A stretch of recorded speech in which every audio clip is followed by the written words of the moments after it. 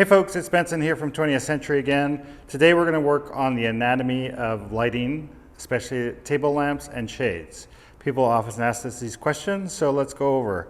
First of all, you have the body of the lamp. This is the Serholm 1023 lamp from Bornholm, Denmark. It's one of our favorite lights and lamps. We have lots of these pairs in the shop. So we take these lamps from Europe and rewire them for North American use.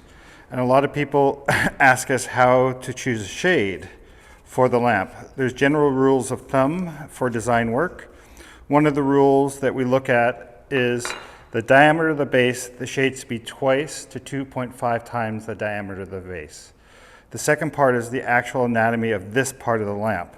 At the bottom here we have what's called the saddle. The saddle is the holster for the harp. And on top of the harp is the finial. And in the middle is the socket where the bulb goes in. So there's 4 parts to the top of the lamp: the saddle, the harp, the finial, and the socket. The socket can be a 2-way or a 3-way.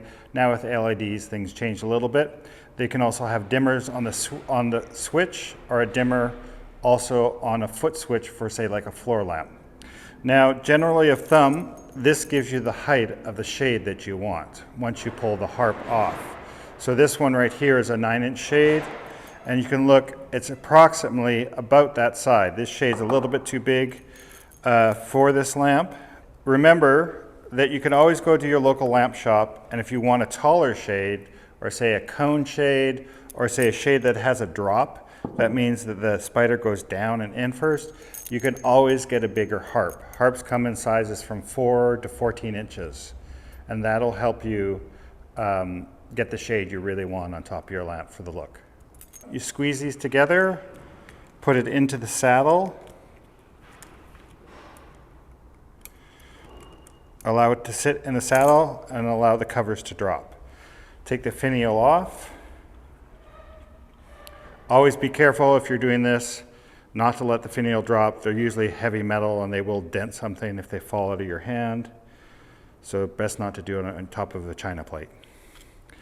And then we have what's called the spider on the top of the shade. The seam of the shade will go at the back to the front. And this shade should sit basically so it just covers the saddle and not the neck. And then you take the finial, you put it on top, and you tighten it up. The other part of a shade that we don't have here is what we call a diffuser, which would sit on the top. So instead of have a casting light, you have more of a diffuse light. So basically that's how you choose a shade. Now if it's crooked, tighten this up a little bit, and you can always give the harp a little bit of a bend to straighten it out.